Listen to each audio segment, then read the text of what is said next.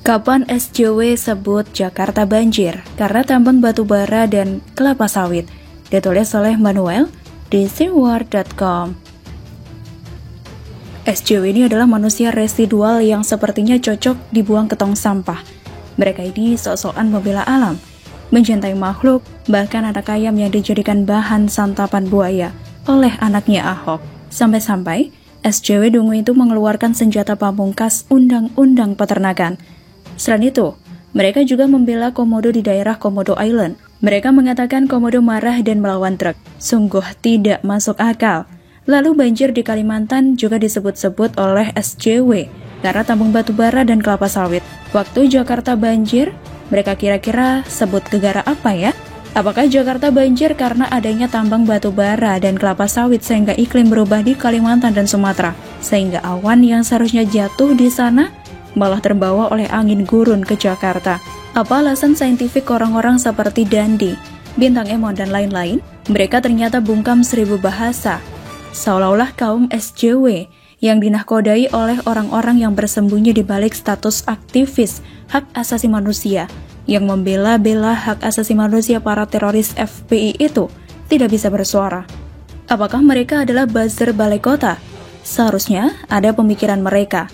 Mereka bisa menghajar Pemprov DKI Jakarta dengan geberan-geberan maut mereka soal scientific evidence, logical reasoning, and some of the freaking idea yang dibungkus oleh bahasa-bahasa Inggris yang hanya dipahami oleh mereka. Tuhan pun malas. Mereka bermodalkan aksen Inggris yang sok di-British-Britishkan. Mungkin mereka tinggi dan lebih di atas orang Indonesia. Kalau mau adu, sini adu sama saya bahasa Inggris. Saya masih yakin penggunaan bahasa Inggris saya jauh melampaui mereka. Para SJW ini bersembunyi di balik Inggris. Kalau mau adil, adillah sejak dalam pikiran. Kalau mau kritik, kritiklah yang berimbang. Saya tidak pernah menyalahkan kritikan kalian soal pemerintah Indonesia yang menurut kalian berikan konsesi. Saya tidak pernah menganggap nyinyiran dungu kalian soal Jokowi sebagai hal yang haram. Tapi melihat kalian bungkam soal Jakarta dan bacot soal Kalimantan dan Sumatera, saya jijik. Mau muntah, tapi nggak ada isinya karena saya sedang lapar. Kadal gurun seperti kalian ini sepertinya merupakan kadal bayaran. Para SJW ini sudah terlalu menjijikkan, merasa diri dizolimi, merasa diri paling benar. Mungkin bagi mereka, setiap mereka dizolimi, mereka merasa diri sangat benar. Inilah yang membuat mereka merasa bangga ketika dizolimi. Karena menurut mereka, semakin dizolimi semakin benar. Itu adalah mimpi di siang bolong. Apa yang mereka pikirkan? Sudah benar-benar terkontaminasi oleh pemikiran kadal. Anak-anak muda yang berafiliasi dengan SJW mendadak diam saat Anies membanjiri Jakarta. Salahkan konsesi lahan. Beranikah mereka keluar-keluar kalau banjir Jakarta karena pohon-pohon di komplek Monas ditebang-tebangi? Pasti nggak berani. Mungkin karena uangnya nanti malah nyangkut. Saya melihat adanya upaya degradasi pemerintah pusat. Ada upaya untuk membuat Jokowi terlihat buruk, terlihat pelongo-pelongo. Mereka membangun banyak narasi yang gak jelas, mengatakan bahwa banjir-banjir di Kalimantan dan perubahan iklim karena konsesi. Padahal kita tahu bahwa konsesi paling banyak diberikan di era Orde Baru dan sebelum Jokowi. Konsesi adalah pemberian hak, izin, atau tanah oleh pemerintah, perusahaan, individu, atau entitas legal lain. Konsesi antara lain diterapkan pada pembukaan tambang dan penebangan hutan. Model konsesi umum diterapkan pada kemitraan pemerintahan swasta atau KPS, atau kontrak bagi hasil. Ini yang paling ngeri terjadi di era Orde Baru dan sebelum Jokowi. Dan Jokowi harus memetik buah banjir yang ada. Kalaupun itu karena konsesi ya. Tapi serangan mereka serang ke Joko Widodo, Luhut, dan berbagai menteri yang terkait. Banjir di Jakarta jadi gara-gara apa? Saya merasa bahwa banyak sekali orang-orang yang berhasil dibodoh-bodohi dengan hal ini. Sudah waktunya orang diberikan pemahaman agar waras. Selama ini kita yang mengetahui bahwa Jakarta sudah parah banget. Jakarta ini sudah sangat kacau. Tapi lagi-lagi, kritik kepada Jakarta sangat minim. Apalagi SJW diam. Ini tanda bahwa mereka menjalankan narasi-narasi menyelamatkan wajah Anies. Tapi tenang saja, selama Anies masih membanjiri Jakarta, sehebat apapun pembelaan SJW, mereka tidak punya kekuatan politik. Nyinyir hanya nyinyir. Banjir Jakarta jadi karena apa? Karena Jokowi.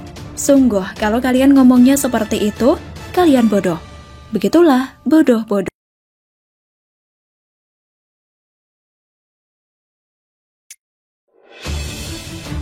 Lucunya fenomena banjir Semarang, tapi Anies yang trending.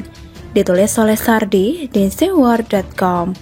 Seperti yang kalian ketahui, Semarang dilanda banjir yang sangat parah. Konon, biasanya tidak seperti ini Semarang mengalami cuaca ekstrim. Kawasan Kota Lama yang menjadi tempat wisata pun kebanjiran. Sampai-sampai orang menganggapnya mirip kayak kota Venice di Italia. Menteri Pekerjaan Umum dan Perumahan Rakyat atau PUPR Basuki Hadi Mulyono mengungkap penyebab banjir di Semarang. Banjir terjadi akibat curah hujan tinggi yang sudah masuk dalam kategori ekstrim. Data curah hujan termasuk ekstrim. Dari hitungan hidrologi, periode ulangnya setiap 50 tahun. Katanya, bukan itu yang mau saya bahas. Tapi ada satu fenomena yang menarik, yaitu Anies. Loh, kok Anies? Nah, saya pun awalnya bingung kenapa nama Anies jadi trending. Setelah saya menelusuri beberapa berita di media, banjir di Semarang tapi netizen salahkan Anies. Mereka mempertanyakan di mana Anies saat banjir melanda Semarang. Mereka tanya, apa kerjaan Anies hingga Semarang bisa banjir? Bahkan Said Didu membuat cuitan di akun Twitter pribadinya.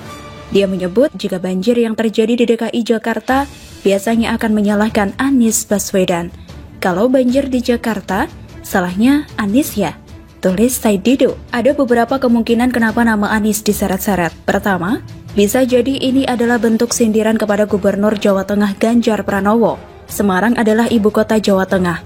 Otomatis banjir ini akan menyoroti nama Ganjar. Mirip dengan apa yang dirasakan Said Didu. Kalau Jakarta banjir adalah salahnya Anies, maka kenapa Semarang bukan salahnya Ganjar? Begitulah kira-kira analoginya. Jadi, nama Anies yang diseret dalam banjir Semarang adalah bentuk dari sindiran halus dari pendukung Anies di mana dikit-dikit kok salah Anies. Kedua, bisa jadi Anies ini memang disindir habis-habisan, sehingga namanya menjadi bahan lelucon dan diseret di mana-mana meski tidak nyambung pada tempatnya. Begini pendapat saya. Saya pernah melihat di sosial media, di mana ada protes yang membela Anies. Mereka tidak senang kalau ada apa-apa salah Anies, tapi kalau masalah yang sama di wilayah lain, kepala daerahnya terkesan tidak dikritik. Mungkin mereka merasa ini tidak adil, ibarat Anies dihujat ribuan kali. Sedangkan kepala daerah lain cuma dihujat puluhan kali untuk masalah yang mirip. Jadi begini ya, Anies adalah gubernur ibu kota. Media-media besar baik itu media massa maupun media online rata-rata berkantor pusat di Jakarta. Otomatis banyak berita yang berputar di wilayah ini. Kalau tidak percaya, lihat saja berita dari portal kesukaan kalian. Pasti beritanya mayoritas dari DKI. Betul? Berita dari wilayah lain seolah kayak selingan kecuali ada insiden besar. Makanya, saya berkali-kali katakan, menjadi gubernur DKI adalah impian banyak politisi yang menargetkan kursi RI 1. Alasannya simpel, karena disorot media dengan sangat masif. Dalam dunia marketing, produk baru harus mendapat publisitas besar dan promosi jor-joran agar menjadi viral dan diserbu pembeli. Nah, gubernur DKI ibarat seperti itu, disorot gratis oleh berbagai media besar maupun kecil.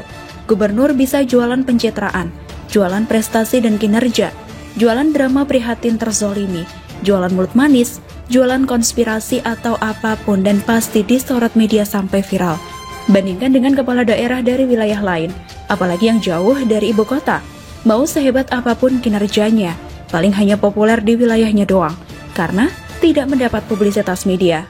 Jangan heran, meski Anies kinerjanya payah dan dibully habis-habisan, dia paling populer karena setiap hari diberitakan media.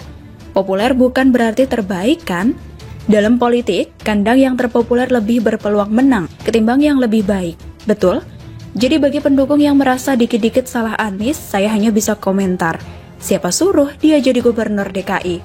Itu adalah resiko yang tak terelakkan. Tiap hari bakal jadi sorotan media baik berita baik maupun jelek. Sudah pasti bakal jadi pujian masif kalau kerjanya benar dan dapat hujatan 7 turunan kalau kerjanya gak benar.